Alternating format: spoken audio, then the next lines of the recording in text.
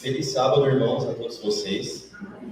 A palavra que o Senhor vai falar com a gente no louvor, com a apagação da frente, que a gente não vai usar agora, mas não negligencie a salvação. E essa foi uma palavra que ela foi, durante um tempo, muito amadurecida na minha vida. Ela não veio ontem e amadureceu hoje. Ela foi, por um longo período, sendo amadurecida na minha vida, e eu vou contando para vocês ao longo da palavra. Então, a igreja pode abrir a Bíblia, lá no livro de Hebreus, capítulo 2, está lá na página 1425.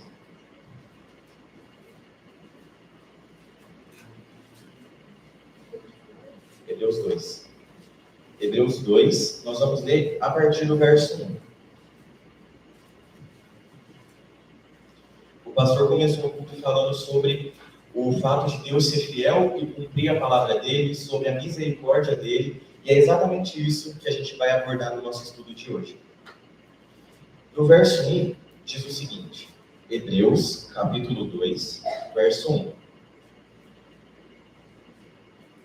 Diz o seguinte: portanto, convém-nos atentar com a mais zelosa atenção às coisas que temos ouvido, para que em nenhum momento as deixemos escapar. Então, lendo detalhe por detalhe desse texto, a chave para que a gente nunca se desvie do caminho correto, qual é, de acordo com Paulo aqui em Hebreus? Prestar zelosa atenção a todos os ensinamentos de Deus. Dessa forma, quanto mais atenção a gente presta em determinado assunto, mais firmado a gente está nele. E independente se o diabo vai lançar 1001 tentações, o fato da gente estar realmente firmado no ensinamento de Deus vai permitir que a gente não se desvie dos caminhos corretos. E é isso que Paulo está falando.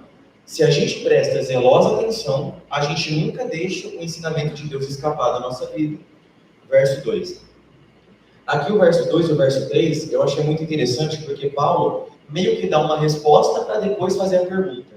Porque no verso 2 ele diz: por quê? Se a palavra dita pelos anjos foi inflexível, foi imutável, e cada transgressão e desobediência recebeu uma justa retribuição, como escaparemos nós se negligenciarmos tão grande salvação, a qual, a princípio, começou a ser proclamada pelo Senhor e foi-nos confirmada por aqueles que o ouviram? Então, Paulo, ele diz o seguinte: a palavra de Deus através dos anjos, ela foi inflexível, ou seja, Deus falou e Deus cumpriu.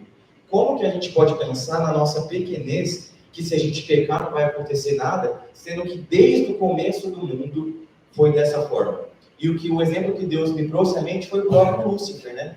Lúcifer, desde antes da fundação do mundo, pecou lá no céu. O que aconteceu? A palavra de Deus foi inflexível. Estava no céu e foi jogado para a terra. E como a gente pode pensar que se a gente pecar, a gente não vai sofrer as consequências? E quando a gente peca, Paulo diz que é um ponto em que a gente negligencia a grande salvação. Negligencia o sinal dado por Cristo. Cristo começou a proclamar a grande salvação, confirmou através da morte na cruz, que foi o momento em que a gente tem acesso ao Pai e a possibilidade de termos essa grande salvação, e foi confirmada pelos apóstolos, pelos discípulos, e deve ser confirmada por quem, irmãos? Por cada um de nós. E, para a gente aprofundar um pouco mais no nosso tema, que é não negligenciar a salvação, a gente precisa saber qual que é o significado de negligência. Negligência significa desatenção, menosprezo, desdém. Então, quando você negligencia algo, é você desprezar algo. Nossa, então, eu tenho uma tarefa para fazer, mas eu negligencio aquilo. Eu deixo aquilo de lado, porque não é importante para mim. É o ato de depreciar, de não dar a algo o seu devido valor. Então, quando Paulo fala, vocês estão negligenciando a salvação, é porque a gente não está dando a nossa salvação o devido valor. Porque a gente não tem a dimensão do que é ter a salvação. E como que a gente pode negligenciar a nossa salvação? A gente pode negligenciar a salvação quando a gente simplesmente ignora os avisos de Deus, quando a gente se desvia do caminho correto porque não temos zelosa atenção aos ensinamentos dele, quando a gente não pede para que a luz do céu ilumine os nossos olhos, para que a gente veja os nossos pecados. E isso cada um tem que buscar individualmente, não cabe a mim ficar apontando. Mas em cada momento em que a gente se desvia do caminho de Deus, a gente negligencia a salvação. E negligenciar a salvação é você estar dizendo para Deus indiretamente que você não quer a sua salvação. E eu fui procurar um pouco sobre o que Ellen White dizia sobre isso. E ela diz o seguinte: vi que todo o céu está interessado em nossa salvação. Então ela não tirou isso da consciência dela. Ela viu que todo o céu está interessado na salvação. E seremos nós indiferentes se todo o céu, que já está lá com Deus, está interessado na nossa salvação? Por que a gente não estaria aqui, estamos aqui presos nesse mundo? Seremos descuidosos, como se fosse coisa de pouca importância o sermos salvos ou perdidos? Então a gente vai simplesmente ignorar o fato de que as nossas decisões hoje determinam o nosso futuro amanhã? Menosprezaremos o sacrifício feito por nós? Paulo fala em Hebreus também que existem formas da gente crucificar Cristo novamente. Isso foi uma palavra até que Deus me deu durante a pandemia, não sei quantos se lembram. Mas também é um ponto em que a gente negligencia a nossa salvação. Alguns assim têm feito. Têm brincado com a misericórdia que lhes é oferecida e o desagrado de Deus está sobre eles.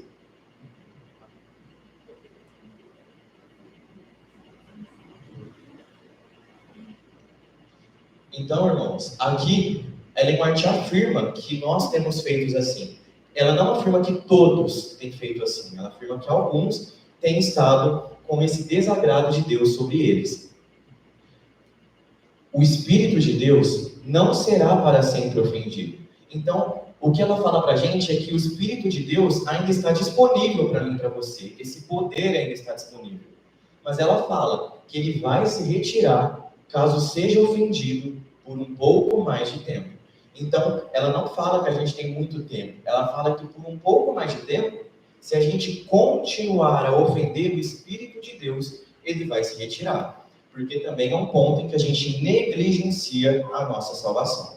Se a gente não chama o Espírito de Deus, que é a representação de Cristo, para estar em nosso coração, a gente está negligenciando a nossa salvação.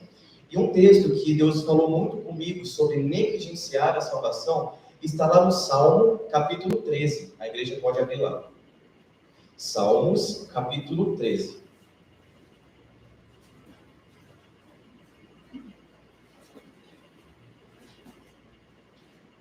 Davi foi um homem em que, em nenhum momento, ele negligenciava a salvação, porque ele pecava, só que chegava o profeta e falava: olha, você errou, ele simplesmente se humilhava e falava: realmente, eu errei.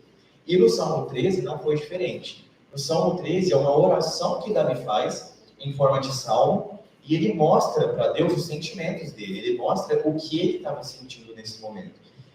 E no verso 1, lá na página 622, Salmo 13, Davi diz o seguinte para Deus: ó Senhor, por quanto tempo me esquecerás? Para sempre? Por quanto tempo esconderás tua face de mim? Então a gente percebe que nesse versículo, a relação de Davi com Deus estava sendo uma relação em que Deus estava testando o caráter de Davi. Davi estava com a impressão de que Deus não estava com ele. Por isso que ele fala: Deus, até quando eu vou ficar aqui sozinho sem o Senhor? Por quanto tempo devo tomar conselho de minha alma, tendo tristeza no meu coração diariamente? Uma outra versão diz o seguinte: até quando eu vou ficar relutando dia após dia com tristeza no meu coração? Por quanto tempo será exaltado o meu inimigo sobre mim? Então a gente percebe aqui que Davi estava vivendo um período de constantes aflições, porque em nenhum momento aqui ele nega o que ele estava sentindo.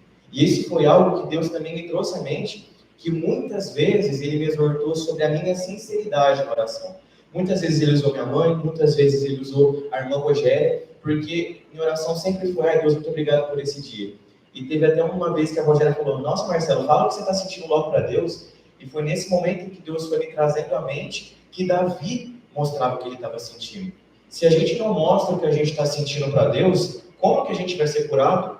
Se a gente simplesmente fica com o nosso sentimento guardado, como Deus vai nos curar? Ele não vê abertura para fazer isso. E Davi, ele falou para Deus: Deus, eu estou triste, eu não aguento mais esse sofrimento.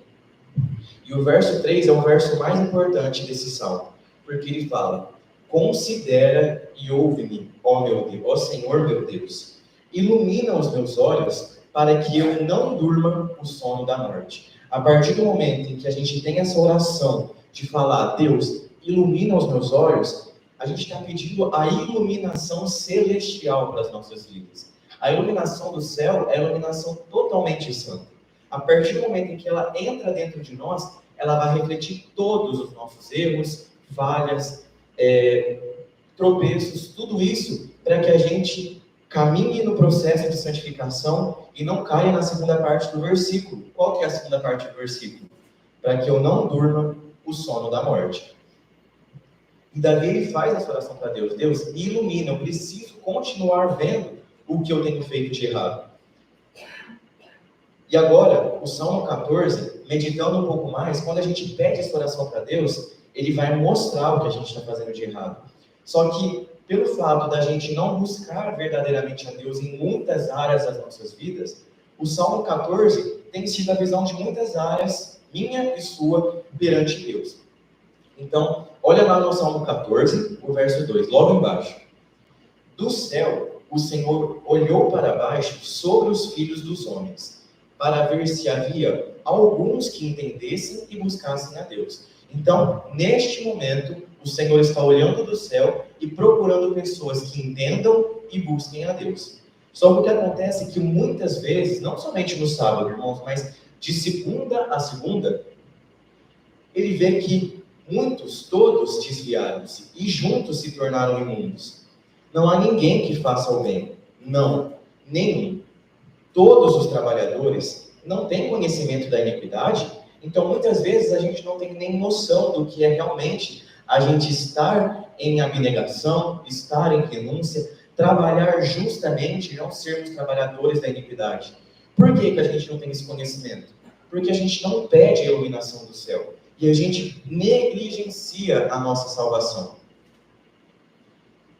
Todos os trabalhadores não têm conhecimento da iniquidade, a gente não tem conhecimento dos pecados que habitam em nós, devoram o meu povo como quem devora o pão e não invocam ao Senhor. Então, quando aqui Davi fala também que não há nenhum que faça o bem, também ele está se referindo não somente nossa caminhada de santificação vertical, nós para com Deus, mas e como anda o nosso amor para com o próximo, como anda a nossa relação com os nossos irmãos, como anda principalmente o nosso testemunho para com o próximo.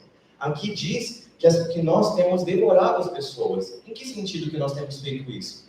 Quando a gente não se converte verdadeiramente ao Senhor, quando a gente não restabelece o nosso pacto com Ele, a gente influencia as pessoas. A influência, irmãos, Ellen White fala que é algo que vai muito além da nossa consciência. Porque a gente pode estar simplesmente parado, mas a gente vai estar influenciando alguém de alguma forma. E dessa forma, se a gente não se converte ao Senhor, a gente influencia as outras pessoas. Mas para o bem? Para o mal. E com isso, muitas vezes as pessoas são impedidas de chegar ao arrependimento. E nós somos usados como instrumentos satânicos. É algo muito mais sério do que a gente imagina. E quando a gente fala de influências, irmãos, a única coisa que me vem à mente também é o que a gente está estudando no ministério. Porque Salomão, ele sempre pregou aos 4 cantos da terra que ele nunca ia pecar, que ele sempre ia influenciar suas esposas e nunca seria o inverso, que ele nunca seria influenciado por suas esposas. Final da história, o que aconteceu? Salomão conseguiu mais de 1000 mulheres e essas mulheres influenciaram ele a ser idólatra. Então a influência é algo que vai muito além do que a gente imagina. E por isso Deus nos chama a atenção. A gente tem que pedir a iluminação, porque o benefício não é só nosso, irmãos. A gente influencia as outras pessoas. Mas o verso 5, a partir do verso 5, o Senhor vai nos dar conselhos de como nós não negligenciaremos mais a nossa salvação. Porque o verso 5, ele diz o seguinte: ali estavam eles em grande temor, porque Deus está na geração do justo. Quer que o Senhor habite em você, seja um justo. E o que é ser um justo perante o Senhor? Salmo 15 diz no verso 1: Senhor, quem habitará no teu tabernáculo? Quem morará no teu santo monte? Aquele que anda corretamente e trabalha a justiça. Qual é a representação da justiça? Os mandamentos de Deus. Aquele que trabalha a justiça é aquele que pratica os mandamentos de Deus e fala a verdade no seu coração. E quando o Senhor olha e fala que muitas vezes a gente nem tem conhecimento do que é abnegação, renúncia, é algo que o Senhor falou diretamente na minha vida. Quando eu falo para vocês que foi uma palavra que não surgiu do dia para a noite, mas que ela foi trabalhada, é porque conforme vai chegando um momento de Deus ver que a gente precisa ser trabalhado, Ele vai trabalhar. E assim Ele foi fazendo comigo. A cada atitude errada que eu ia tomar, vinha a voz na minha cabeça que falava: não negligencie sua salvação. Não negligencie sua salvação. E assim, mesmo eu experimentando na carne, irmãos, o que é luta de espírito com a nossa vontade, o Senhor me impelia a fazer o que é certo. E eu falo para vocês que é muito difícil. Mas se a gente está firmado no Senhor, tudo posso naquele que me fortalece. E aí Ellen diz o seguinte: vi que muitos mal sabem ainda o que seja abnegação ou sacrifício. Muitos de nós ainda nunca experimentamos de verdade o que é sermos pessoas abnegadas e sacrificadas. E durante esse período de culto, de alguns cultos para trás, não vou lembrar exatamente qual foi, mas o Senhor disse que Ele exige de nós sacrifícios grandes para entrarmos no reino do céu. Ou o que seja sofrer por amor da verdade. E muitas vezes nós estamos perto ali de cair numa tentação. Só que Deus, pela misericórdia dele, Ele vai usar vários instrumentos para nos fazer voltar atrás. E aí vai caber a quem resolver se vai cair ou não? A mim e a você. Mas ninguém entrará no céu sem fazer algum sacrifício. Até seria ingenuidade nossa achar que a gente vai entrar no céu do jeito que a gente está hoje e vai, enfim, é ingenuidade nossa a gente acreditar que a gente não precisa renunciar nem abnegar nossas vontades. Cumpre cultivar o espírito de abnegação e sacrifício. Cumpre a gente desenvolver o hábito de sermos pessoas abnegadas e sacrificadas. Ontem a pastora mandou uma mensagem na igreja que falava exatamente isso, sobre resistirmos até o sangue. E é incrível que naquele momento eu estava prontinho para cair numa tentação. Só que na hora que eu abri aquela mensagem, foi simplesmente de uma forma direta Deus falando: não negligencie sua salvação. E naquele momento eu dei um passo para trás e não caí no pecado. E não caí naquilo que eu queria cair. Porque Deus viu que eu comecei pequenos passos de renúncia e abnegação. E eu comecei a experimentar, irmãos, a dor de sacrificar a carne, mas o prazer, a sensação de estar fazendo a coisa certa, de estarmos caminhos de Deus. Mas aí você pode falar para mim: tá bom, mas quais são os benefícios que isso traz para mim? Eu não iria ler esse texto, mas eu estava meditando sobre a palavra e eu entendi que isso deveria trazer para você, que Deus deveria trazer para vocês nessa manhã, porque foi algo que me edificou e eu creio que vai edificar vocês. Abra a sua Bíblia, lá no livro de 1 Tessalonicenses, que nós vamos ver qual é a recompensa para aqueles que não negligenciam a sua salvação, para aqueles que simplesmente prestam zelosa atenção nos mandamentos e ensinamentos de Deus. 1 Tessalonicenses, abra lá no capítulo 4, na página 1392. Deixa eu só a primeira palavra.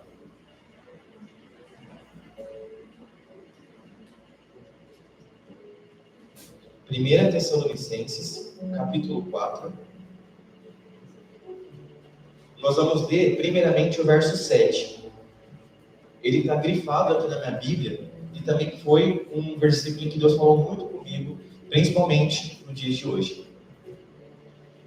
1 Tessalonicenses 4, 7 diz o seguinte: porque Deus não nos chamou para a imundícia, Deus não nos chamou para vivermos no lamaçal do pecado, Deus não nos chamou para sermos queimados no lago de fogo e enxofre, Deus não nos chamou para a gente dormir o sono da morte, mas para a santificação. Esse é o nosso chamado no dia de hoje, a santificação. Agora, pula lá para o verso 16. O subtítulo aqui desse trecho é A Vinda do Senhor. Eu acho que só pelo título vocês já imaginam o que a gente vai falar agora. A partir do momento em que a gente decide aproveitar a grande salvação que foi confirmada pelo Senhor, verso 15.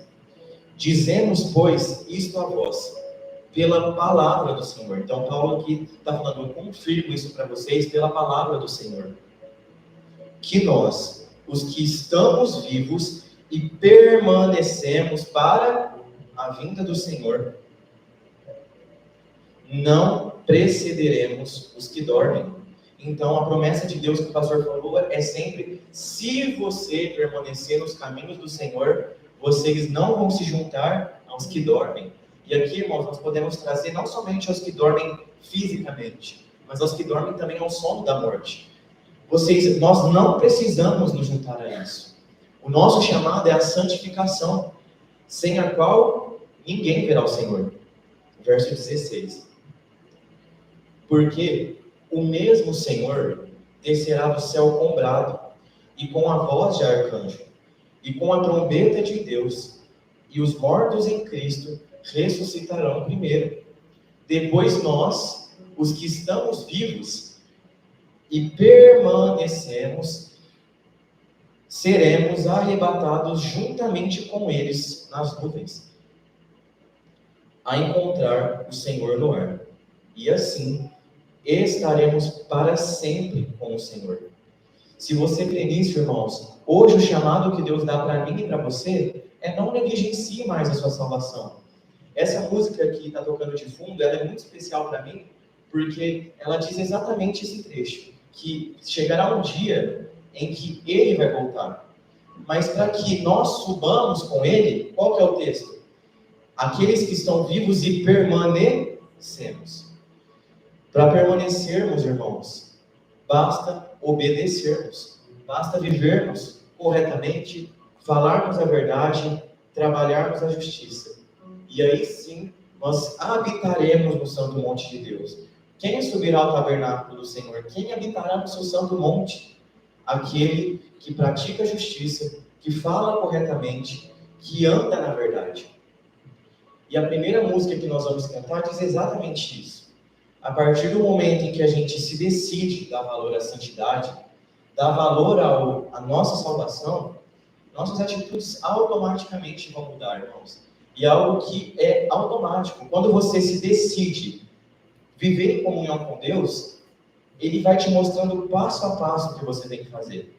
E mesmo quando a sua carne está gritando, o Espírito de Deus ele vai estar falando com você. E você vai saber o que é certo. E eu experimentei isso pessoalmente durante essa semana. Tantas coisas que eu queria fazer, mas que Deus falou, você não vai fazer isso. Você não vai praticar isso. Tudo começou também, dando um testemunho para vocês verem que é possível. Na quarta-feira eu não queria voltar de Rio Preto de jeito nenhum, só queria ficar lá.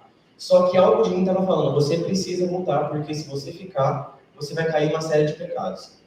E eu falei, eu não vou voltar, eu não quero voltar, porque eu não quero voltar. Só que aí, na realidade, isso foi numa terça-noite, quando surgiu a oportunidade de voltar. E eu falei assim, Deus, eu não vou voltar. Não adianta que o Senhor fale comigo, eu não vou voltar, vou ficar aqui. E na quarta, já foi uma menina, e na quarta a Nana fala, eu também vou. Eu falei, eu não vou não, pode ir.